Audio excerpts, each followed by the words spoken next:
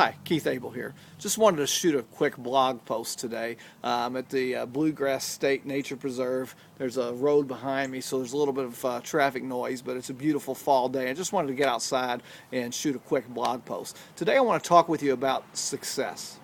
It's really important that you grab hold of success in business, and that success is easy to obtain if you take care of what's between your ears. What am I talking about? You just have to follow a simple system. That's what everybody always says. Just follow a simple system, and then you'll have success. Well, you know what? I realize that's not always easy to do. Believe me, I have struggled at times myself. There are times when it's going to be difficult, it's going to be tough, and we just have to stick through those times and get through all that trouble and just not quit. There's some steps that you can follow, and if you do, you won't want to quit. And here's one of them. It's your reason why. See, you got involved in business for a reason. It's difficult and it's different for everybody. Everybody has a different reason, so I really don't know why you got involved, but I can tell you why I got involved. I was tired of working 70 to 80 hours per week in a retail pharmacy, never seeing my family, working all the holidays and the weekends. I wanted to get out. I wanted to have weekends off. I wanted to be able to do things with my family when I wanted, not miss those school events, not miss those different things. See, I've got a reason why. Another reason why is I don't want to have to stand on my feet for 12 hours a day, working those 12-hour shifts. See, many years ago I injured my foot, and when I stand 12 hours at a time like that, it's painful. So that's another reason why. And then finally, the fact that I was working retail, I was missing a lot of events in my family's life, missing the scouting events, having to work weekends, missing a lot of holidays. So I have a reason why. So when you start looking at where you are and you start looking at your vision and where you want to be, and you see that there is a way to get there from here, and you believe that there really is a way to get there from here, then you have motivation. And if that motivation is big enough, then you have your reason why. So where you're now is your reality currently. It's your status quo.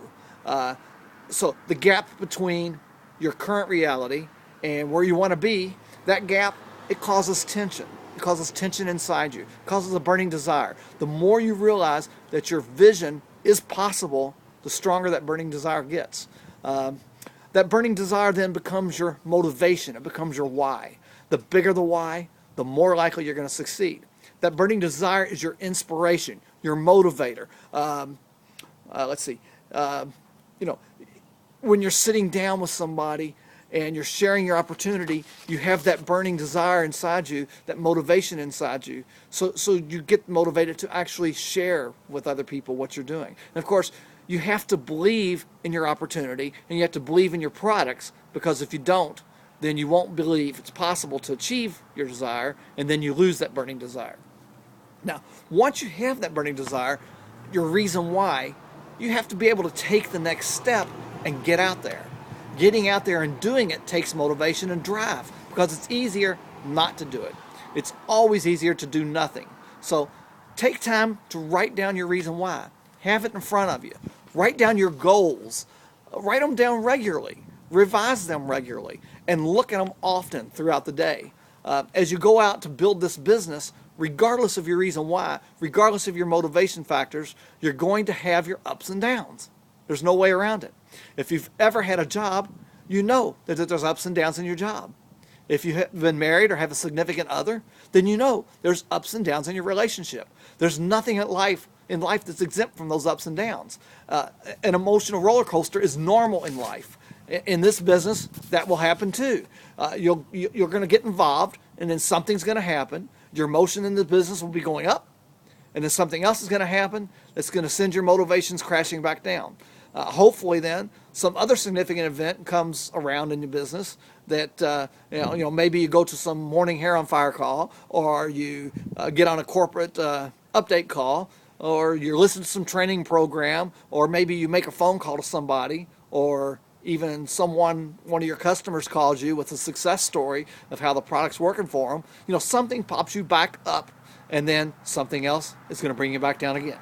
Now, Know this up front. Expect it. It's part of business. It's part of life. When you focus on your reason why, then you're willing to endure these kind of things. You're willing to endure the downtimes because you know that your reason why is big enough to keep you moving forward. Now, just like back when I was in college, I'm going to use that as an example. There were struggles. There were bad times. The material, I just didn't understand it, or a professor that I had, I just couldn't understand his style of teaching. It was a difficult time. I had a test that I took, or a pop quiz, and did bad on it. I had the downs. I had those downs.